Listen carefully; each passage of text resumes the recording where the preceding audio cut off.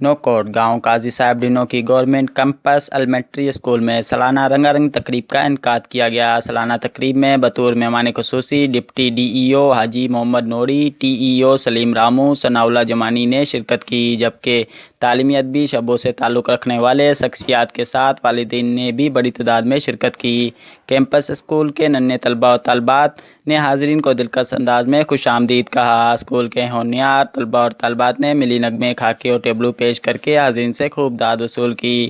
سالانہ تقریب میں طلباء اور طالبات نے سندھ کی ثقافت کو روایتی انداز میں پیش کیا، جس میں دیہی علاقوں کے رہن سہن ٹیبلوز کے ذریعے بھرپور انداز میں پیش کیا اور ثقافتی گیت مور طور تلے رانا پر رقص بھی کیا، جبکہ چھوٹے سے گاؤں کے طلباء اور طالبات نے ٹیبلوز، خاکے اور تقریروں میں نمایاں کارکردگی پر حاضرین کو خوب متاثر کیا۔ تقریب کے آخر میں مہمان خصوصی اور کیمپس کے سربراہ غلام محمد سمرو نے بہترین کارکردگی کا مظاہرہ کرنے والے طلباء اور طالبات میں ایوارڈ بھی تقسیم کیے۔ کیمرہ مین ملک بلال کے ساتھ ملک کامران، پاک ایشیا نیوز، نوکوٹ۔